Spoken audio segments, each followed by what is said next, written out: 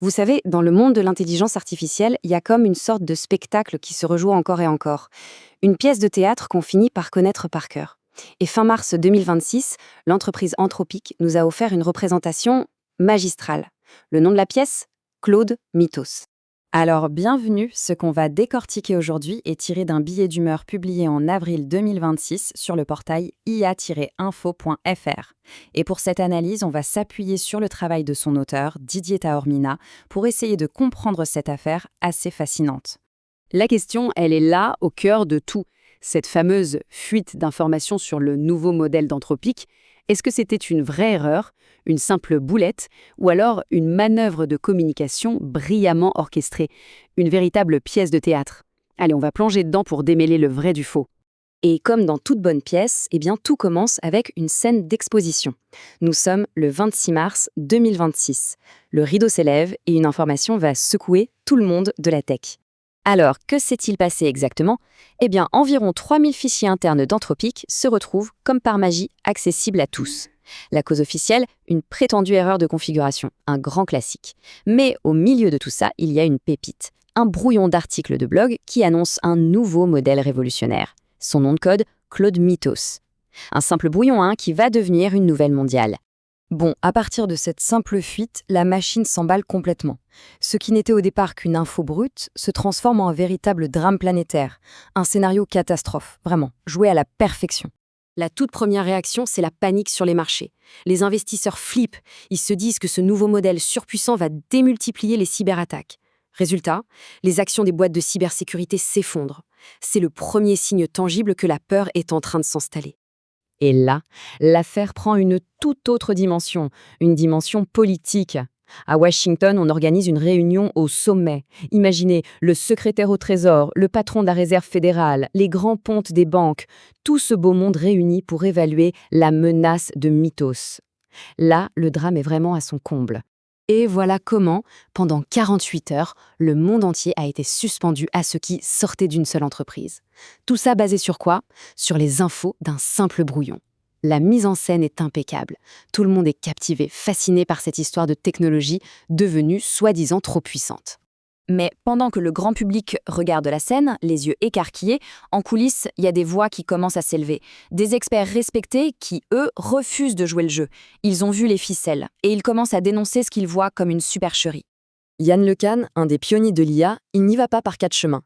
Pour lui, c'est simple. Toute sa panique, c'est de l'illusion, des conneries, pour le citer.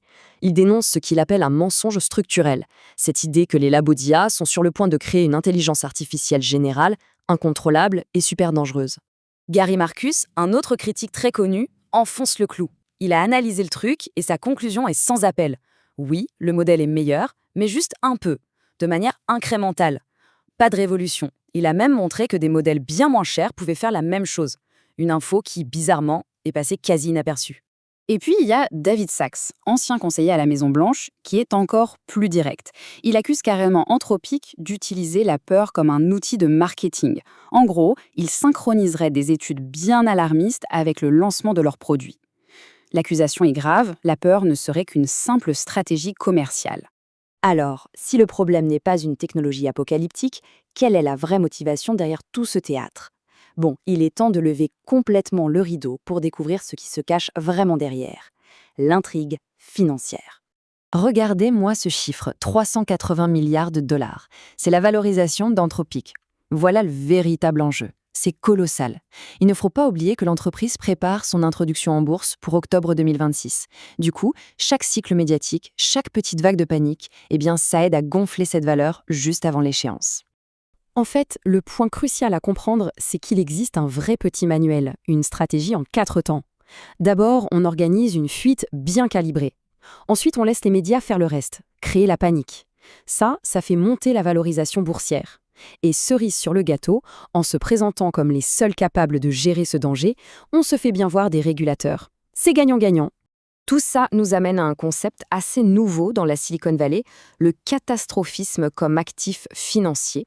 L'idée est d'une simplicité redoutable. Plus un laboratoire crie au loup, plus il convainc tout le monde que sa technologie est dangereuse et plus il attire de l'attention, des capitaux et des faveurs politiques. La peur est devenue une ressource, une véritable mine d'or. Alors, face à cette pièce qui se rejoue sans cesse, quel est notre rôle, à nous, le public? Est-on condamné à être juste des spectateurs passifs, emportés par chaque nouvelle vague de panique? L'auteur de l'article, lui, pense que non. La prochaine fois qu'une fuite de ce genre arrivera, et croyez-moi, ça arrivera, la question clé, ce n'est pas de se demander est-ce que c'est dangereux? Non. Voici 3 questions toutes simples qu'il faudrait se poser systématiquement. Premièrement, à qui profite cette peur? Deuxièmement, au-delà de tout le discours marketing, qu'est-ce qu'on peut vérifier concrètement? Et enfin, la question qui tue, mais pourquoi si peu de gens posent ces 2 questions si simples? C'est en adoptant cette grille de lecture qu'on cesse d'être un simple spectateur pour devenir un analyste critique. L'affaire Claude Miteau, c'est un cas d'école, c'est certain, mais ce ne sera pas le dernier. Retrouvez toute l'actualité autour de l'intelligence artificielle sur le portail iainfo.fr.